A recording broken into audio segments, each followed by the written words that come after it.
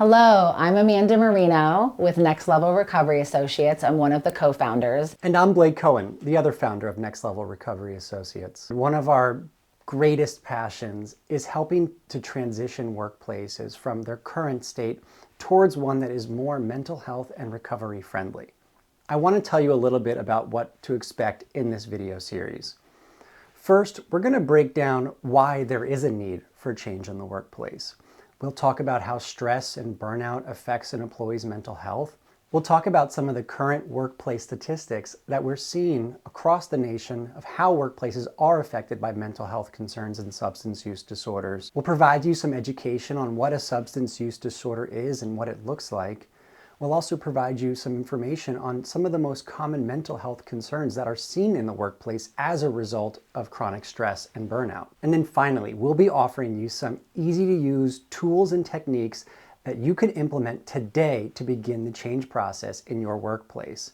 Don't worry, we're not here to turn you into a therapist. We just want to offer you some simple strategies that you can implement today in your workplace that can improve your mental health as well as your employees. We are thrilled that you're here with us today, and we really hope that you enjoy Improving Workplace Mental Health 101 training.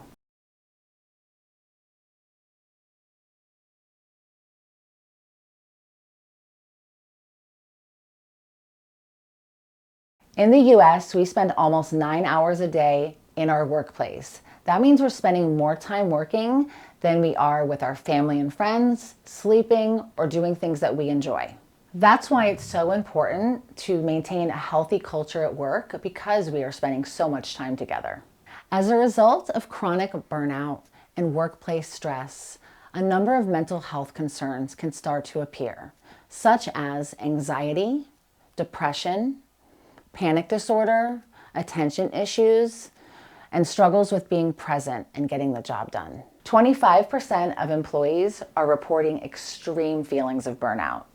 80% of employees report feeling emotionally drained. One study reports that as alcohol consumption increases, burnout increases. Let's have Dr. Jeffrey Hutman, psychologist, tell you more about that. When you talk about mental health concerns in the workplace, you have to understand this in a wider scope based on what's going on in America right now. Most recent data reflects 52.9 million Americans that are struggling with a mental health concern in the United States.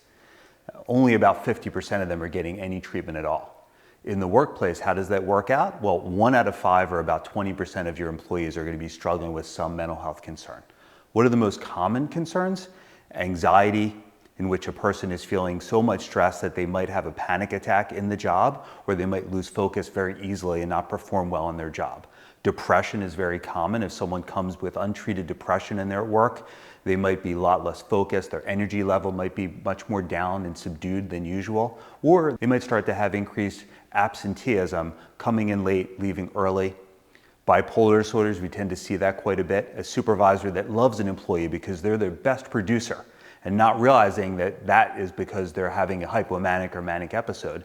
And then they see the opposite end, where they become depressed and then their performance plummets. There's also things that affect individuals in terms of attention and concentration. ADD in the workplace, that individual might be a lot less focused, or they might struggle with stimulants, that they're overdoing the caffeine in the office, or they're using a pharmaceutical medication for stimulation. And you see ups and downs with them in terms of they might be hyper-focused at one moment, not focused and not producing at the next moment. All of these are conditions that are heavily treatable, and we need to normalize it in the workplace. Make environments where they can confidentially go to their HR department or a supervisor and talk about their struggles and hopefully get some help. You can really help an individual by giving them some basic exposure to mental health counseling, or a doctor if they need it. And then you have an employee that you're able to retain that can last in the workplace and become a very dedicated employee, and your retention of employees tends to last.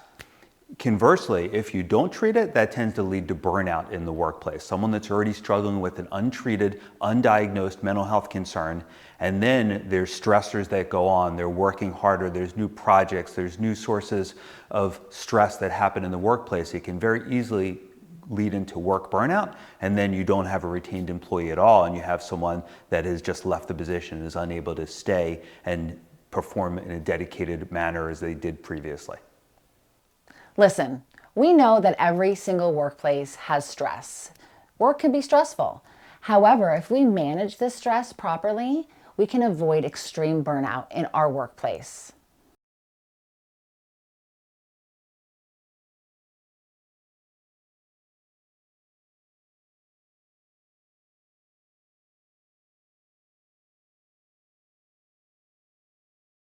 It's important that you understand the wide-reaching effect of mental health and substance use disorders on the workplace.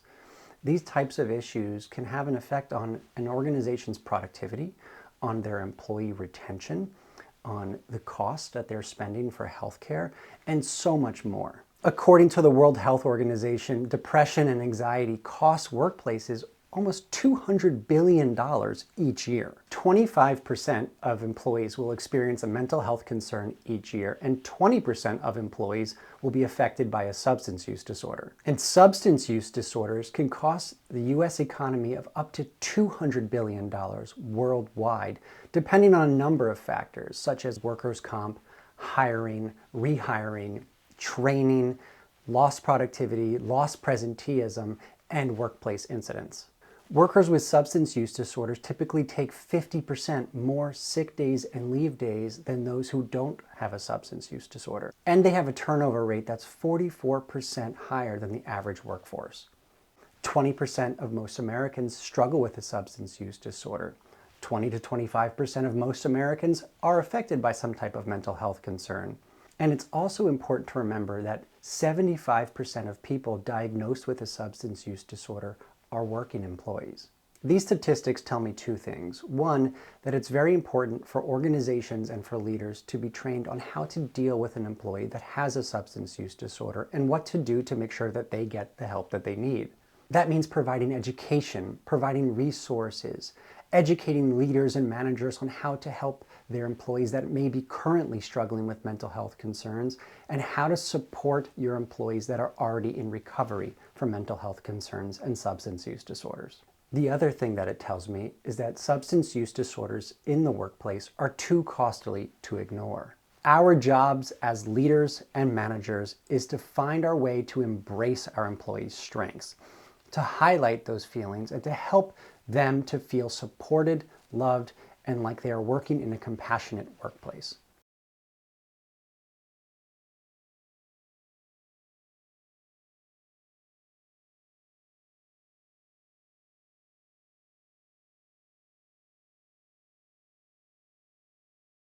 Part of what we hope to help you do with this training is to transition away from those old archaic beliefs of how a workplace should operate. Older workplace cultures had the idea that when you walk into the workplace, you better check your emotions at the door. Well, that's just not how humans work. We can't check our depression at the door. We can't check our anxiety at the door. We can't check the fact that we may have a mother, father, brother, husband, or wife at home struggling with a substance use disorder. Those things affect us. And it's up to organizations to learn to become compassionate, caring, and empathetic towards their employees. And by doing so, we are creating a healthier workforce, and a workforce that cares about the organization, that feels like they're a part of something greater, and is willing to work harder and be more productive for their leadership team because they know they are cared about.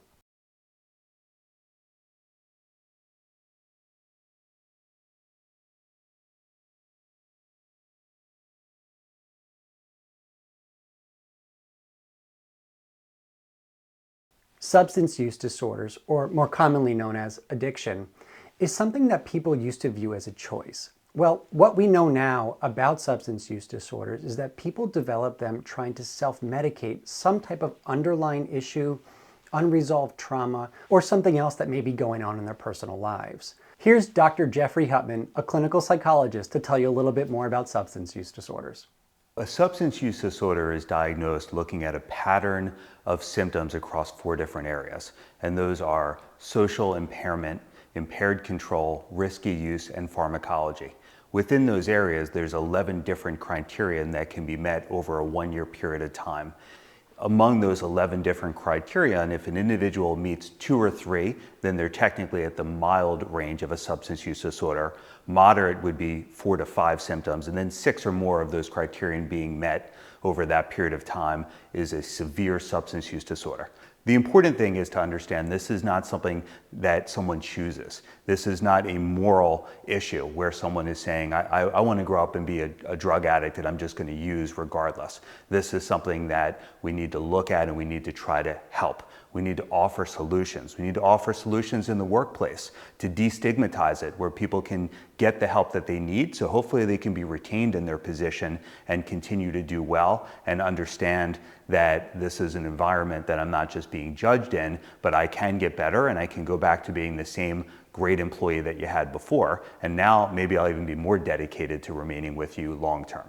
Now, why does someone meet criteria in the first place and develop a substance use disorder? There's the nature, which someone might have a genetic predisposition to drugs or alcohol. Maybe a family member or other people have a history of using. There's the nurture, exposure, early exposure to drugs and alcohol might make it more likely that you would use. But eventually what happens is people tend to use for a lot of different reasons. Some will use substances because it makes them feel better and they just start using. For others, they're self-medicating. They might have an anxiety disorder, depression, some mental health or emotional difficulty, or severe trauma even that they've lived through at different times. And over time, they develop a tolerance, and the amount of the substance they were using previously no longer is getting them the effect that they want. And so they increase that drug of choice and start using it habitually. Once you get to the point of habitual, that's where dependency kicks in. That's where you're crossing over into meeting multiple of those 11 possible criteria that we talked about originally. So what do you do about it? I think that we need to destigmatize this. So many people have mental health concerns in America. In the workplace, if you can make environments that say this is okay to come and tell your supervisor confidentially and get some help. We have opportunities for you to get some therapy. Make it so that it's no longer such a forbidden topic to talk about. And then when they get better and they see that you've gone to bat for them, they're going to be a much more dedicated employee for the long term.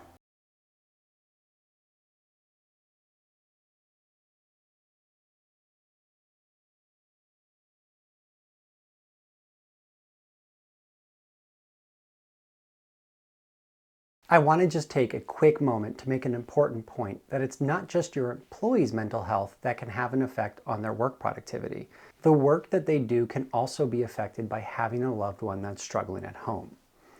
26% of employees report having a loved one at home that's struggling with a mental health concern or a substance use disorder, and 42% of those employees reported that it affects their productivity. So we need to consider what the employee might be going through when they walk out of your doors, not just what's going on within their doors. Whoa, we just threw a lot at you. I'm going to throw you over to Jessica for a quick breathing exercise. Today we're going to focus on a breathing technique called the Destressor Breath. This breath helps us get our mind off of those distracting thoughts and feelings that can come up during the day. To do the Destressor Breath, we're going to breathe in deeply and steadily through our nose for 4 to 6 seconds, and then out through our mouth for 6 to 8 seconds. Everybody's lung capacity is different, so instead of focusing on the numbers here, the importance is that your exhale is longer than your inhale. So let's do one together. Come into a comfortable seat. Place your hands on your belly, and when you inhale, you want to expand your stomach as if it's a balloon. We want to try to breathe deeply into our diaphragm, which will help relax all of our other muscles. Okay, here we go. I will do the counting for you on this first one.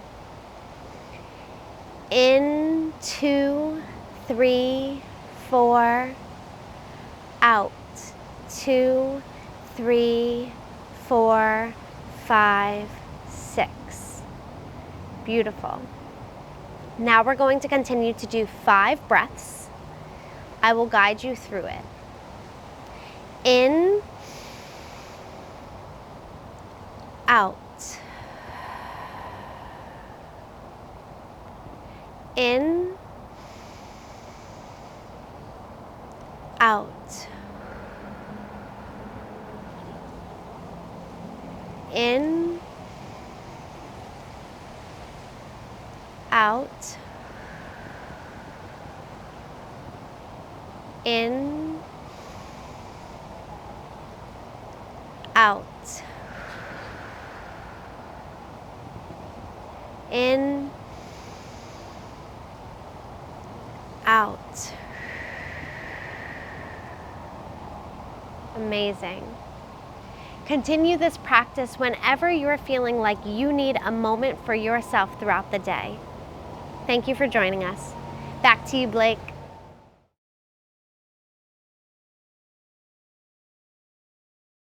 Okay, before we move on to some of the tools and techniques we hope to teach you to improve your workplace immediately, I feel it's very important to go over some of the benefits of this change. Most of the research that exists shows that if you make these changes towards a more mental health friendly workplace, you'll see improved retention, increased productivity, and more loyalty from your staff. A recent paper published by the Mental Health Association reported that employers that prioritize their employees' mental health see a visible impact on employee retention, engagement, and healthcare cost.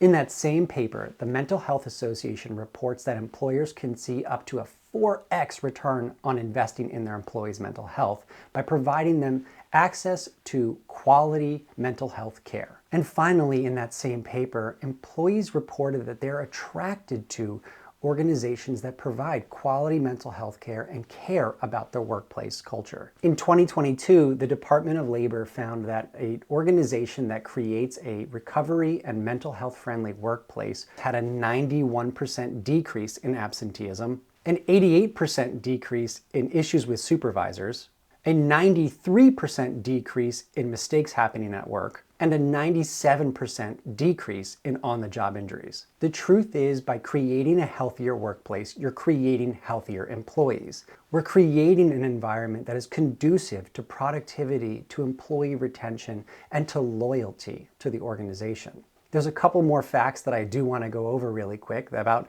hiring people who are in recovery from mental health concerns or substance use disorders. People in recovery are 10% less likely to take sick days or leave days. And the turnover rate for people in recovery is 12% lower than the rest of the workforce. Other research also indicates that those in recovery have lower rates of absenteeism and turnover rates than the average employee.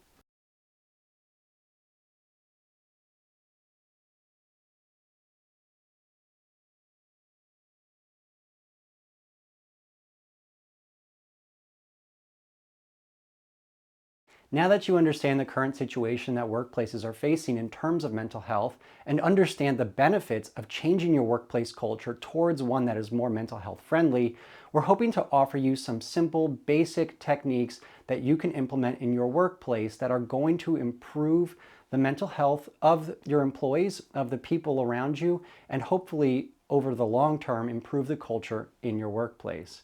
These techniques that we're going to teach you are going to be helpful in starting to implement some changes in your workplace that are going to improve employee productivity, employee retention, employee overall satisfaction, and making your workplace a healthier place.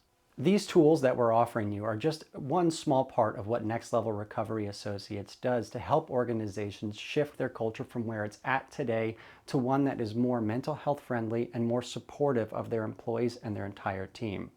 What we like to do is come in, do an assessment, talk to leadership, talk to employees, and figure out an individualized strategy that can help improve your culture. It can improve employee retention, they can improve employee satisfaction, and they can make your culture a better and healthier one right away. Before we begin the next part, we want you to be able to really focus. And from what we've learned, grounding yourself really helps you to get focused. So here's Jessica with another 2-minute breathing exercise to help get you to that place where you're ready to learn. By the way, if you're starting to feel overwhelmed at work, stressed out, emotional, angry, anxious, this meditation that Jessica is about to teach you is a great tool that you can use from your office at any point to help calm you down and bring you back to a focused and centered place. Bring yourself to a comfortable seat. Straighten from your tailbone through your spine, out the crown of your head. Roll your shoulders back and down. And gently close your eyes and begin to come into your body. Notice what it feels like for you to be in your body right now. This is a judgment-free zone where you're just being mindful, noticing what's coming up for us and letting it be. Continue to do this now with your breath as well as your body. Start to notice the sensations of breathing and observe how you're feeling right now in this very moment. Bring your attention to the crown of your head. Allow all your muscles to relax here. Release your tongue from the roof of your mouth. Relax your jaw. And just let your face fall. Now bring your attention to your shoulders. Release them away from your ears and feel your shoulder blades fall down your back. Stay mindful of your breath. Let it travel down into your navel. Feel the expansion in your stomach as you inhale deeply. Keeping your eyes closed, allow your awareness to expand to the space around your body. Sense the air around you, the objects around you, the sounds happening around you. There is nothing to do in this moment except breathe and observe. If your mind wanders, that's okay. Return your focus to your body. Connect back to your breath and your sense of presence in the world around you. Let everything else go, including yourself and the tensions we hold in our body. Now begin to let your attention travel back to the physical world. Feel the sensations in your body as you roll your shoulders forwards and backwards. Wiggle your fingers and your toes. And let your head fall over to the right. Roll it back and now over to the left. And finally back to its neutral space. Thank you for joining me through this mindful meditation. And feel free to come back to it whenever you feel you need a little time for you.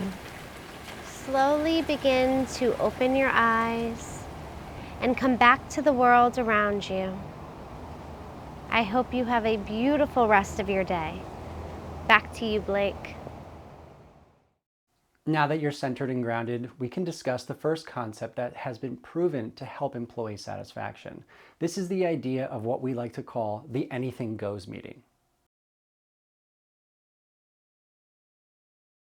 The idea of the anything goes meeting is scheduling with your employees or direct reports a time each week, maybe every other week or once a month, where they can come and have a meeting with you to talk about anything. Whether that's to collaborate on ideas, they can talk about what's going on at home, their frustrations at work, or you can just allow them to complain for a little while. The idea behind this is that you're offering your employees an opportunity to discuss anything that they want without feeling like they're going to be judged, without feeling like their job is going to be on the line, and a place where they can feel supported and know that they're cared about. A common mistake that a lot of organizations make, managers, leaders, they always say, hey, if there's an issue, you can always come and talk to me. My door is always open to you. And while that in theory is very kind and compassionate, it's really scary for people to take that first step and to initiate that conversation. Sometimes the scariest question to ask is, hey, can I talk to you for a second? By having a standing session, it eliminates some of that awkwardness and allows the employee to feel like they know that there's a time where they can talk about anything that's on their mind. It gives them the safe place that they're looking for without having to go through that awkward interaction of asking. I'm sure we've all had moments in our lives where we've wanted to talk to somebody, wanted to ask a personal question, or wanted to talk about some of our personal issues, But the anticipation and anxiety of the situation of having to ask to sit down with somebody stopped us from moving forward with that.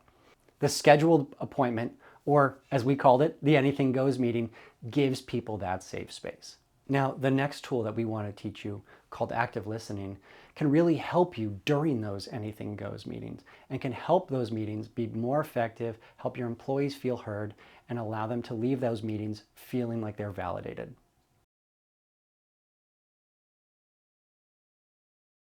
Did you know that most people, in most situations when they're complaining or want to talk about something, they're not looking for a solution necessarily, but they're looking to just be heard? Active listening is a great tool that you can begin to practice and develop over time that can really help your employees and the people reporting to you feel like they're being validated and heard in conversations. The idea of active listening is that you're listening to hear and not listening to respond. Typically, active listening is broken up into 6 different parts. We're going to go through each one very quickly. So the first part of active listening might seem pretty obvious, but it means a lot when somebody's talking to you, and that's paying attention. This means turning your phone on Do Not Disturb, maybe closing your laptop, or just removing any distractions that might be around you that could take your attention away from the person who's speaking to you. Your body language also says a lot, so that might mean leaning in, nodding as they're talking, using facial expressions to know that they're hearing you, validating, making sure, of course, your facial expressions are appropriate to what they're saying, but letting that person know that you're listening and they have your undivided attention. The next key of active listening is withholding judgment. Now, this is why we call active listening a practice, because this might be one of the most difficult parts of active listening. When somebody's speaking, complaining to us, or maybe even talking about something that we did, it's really hard not to let our emotions get the best of us.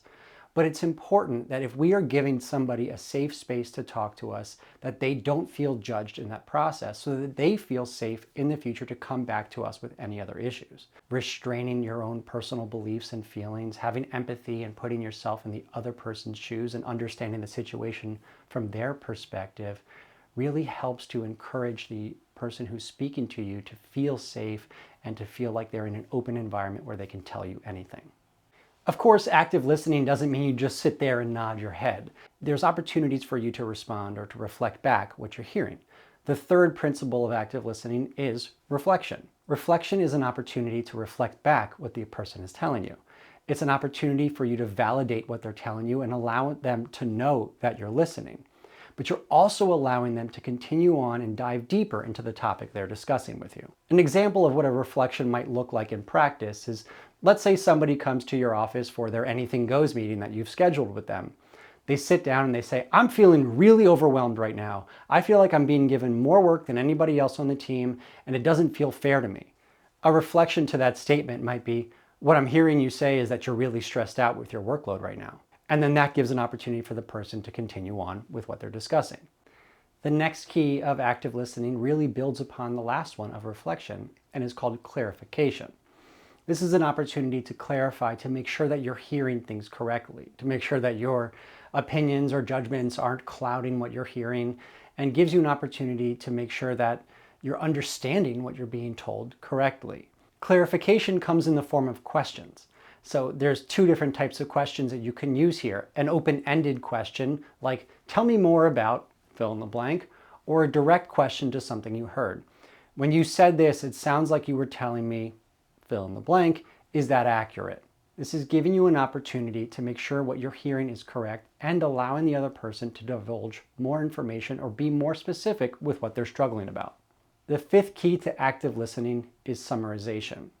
This is your opportunity to summarize everything that's been discussed. You can clarify everything in this time, you can summarize everything that you heard, and you can make sure that you fully understand the topic the person has been presenting to you. This can also lead into the 6th key of active listening, which is where you're able to share and go back and forth.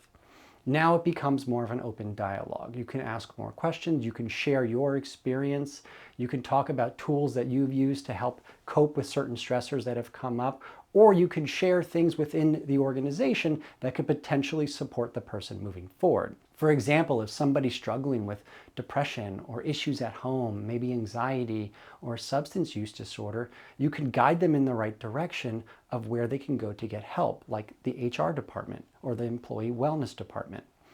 But this is your opportunity now to share back and forth and provide some of your experience and the tools that are available to employees within your organization. Before we move on to the next tool, I want to provide you a role-playing example of how active listening can look in one of these Anything Goes meetings. Thanks for giving me this space to meet with you. I got into a big fight with my partner yesterday, and I'm really struggling to focus today at work, and it's been on my mind a lot. Tell me a little bit more about what happened. It was a pointless argument about how many hours I'm spending at work and that I'm not spending enough time at home. Oh, that's tough because I know you're so committed to your work, so you must be really upset about having this type of argument. Yeah, it really upset me because she knows how much work means to me and she knows why I'm working so hard and that I'm working so that we have a better future. But she didn't seem to understand that at all. Wow, that's too bad. How did that make you feel when she didn't understand? Frustrated, angry? Now that I think about it, maybe I felt a little bit guilty that I'm not spending enough time with her, but it's just been on my mind all day and it's been really tough to focus and kind of bottle up these feelings that are still bleeding over from last night's argument. Wow, yeah, this sounds really complicated, and I bet it's really helpful for you to be able to talk about it now and sort out some of those feelings. Yeah, I think I just needed an opportunity to vent and to talk about it so I can just get it off my mind and move forward with work and figure out a solution so that I can be successful at my job, but also be successful in my relationship. Thanks for listening. Now remember, active listening, like I said before, is a practice. It's not going to be perfect on day one. So make sure you settle your expectations and know that the more you practice this, the better you're going to get at it. So don't have expectations that you're going to be perfect at it right away. A good tip that I've always had is to write down the 6 keys to active listening and review them prior to a meeting with somebody. The next tool that we have to offer you that we'd like for you to implement in your workplace is to remind your employees of benefits that already exist. The fact of the matter is a lot of organizations talk about how supportive of an environment they've created for their employees. And there's a whole bevy of benefits that come along with that. Part of the issue is that a lot of employees don't remember or never found out what benefits are available to them. One thing that we suggest for you to start implementing is a creative way to consistently remind your employees all the different types of benefits that they have access to. Simple things like sending out a weekly newsletter to employees from HR that include some of the resources that they have access to. Maybe breaking down a list of the benefits that their insurance covers and how to access those benefits. Talking about government programs like FMLA that protects their job while they go out and receive care. Maybe if there's an EAP exists, putting signage around the office that say, hey, if you're struggling with X, Y, or Z, you can call this employee assistance program confidentially and it'll help you. Or maybe at the end of meetings that you have, you can bring up, hey, just in case anybody's struggling with X, Y, or Z, you are more than welcome to go to HR and they can really help you do that. You can do this confidentially. No one here has to know. The important thing is, though, is that you need to constantly remind people that these resources exist if you want them to actually utilize their benefits. Only 2 or 3% of employees actually use an employee assistance program. And when questioned on why, their response was, what's an employee assistance program? If people don't know what benefits exist for them, how can we expect them to utilize that? Okay, and the last and final tip that we have for you is about empowering the employees within your organization to support each other. This concept isn't a new concept, but it's not talked about very much. But at many organizations, employees are empowered to start peer-to-peer support networks within the organization. This is about empowering 1 or 2 employees who are outspoken about certain topics like mental health, depression, substance use disorders, that want to be helpful in supporting other employees. In order to get these peer-to-peer networks started, it's up to management or leadership to start identifying potential employees that may want to take on this role. It may also take some searching. You could potentially put out a Slack notification, an email newsletter to employees that are letting them know that you are looking for somebody to head up a new project that supports employees' mental health. Now, this is a concept that doesn't cost the organization a whole lot of money, maybe just for some donuts and coffee, and doesn't require a whole lot of coordination. You really just need to have a space where people can meet, where they can feel safe and talk about their own issues. What this does, though, is that it improves drastically collaboration amongst employees. It allows employees to feel supported and really truly increases retention amongst the employees because they feel like they're a part of something bigger. They feel bonded to the organization just because they know that their place of work cares and there's other people within that organization cares about them. What these meetings look like within every organization are going to look different. And the cool part about this is that you're empowering other employees to be creative in this process to support each other. That may mean they decide where they're going to meet, when they're going to meet, what the meetings are going to look like. And you could even hire a professional group facilitator or clinician to help run the first few groups until they get things rolling. But once this group is created and the day and time have been chosen, then you could start making postings in Slack around the office or in email newsletters to let all the other employees know that, hey, if you struggled with these issues or you're currently struggling with these issues and want to talk about, we've created a peer-to-peer free support network that you can come to and discuss them. Supporting your employees' mental health, creating a shift in a culture is much more than just learning how to do it or learning about what's going on within the organization. It takes action. And that's why we're so appreciative of you taking the time to watch this training.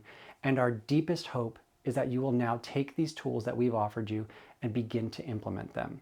They're small steps that you can take to make a massive difference at your workplace. And we truly are so grateful to you for taking the time to watch. If you want to take your organization to the next level and have a conversation with us on how we could potentially help and partner with you on improving your workplace culture, please feel free to go to our website, nextlevelra.com, and fill out the contact form. We're happy to offer you a free consultation, and we're happy to support you moving forward.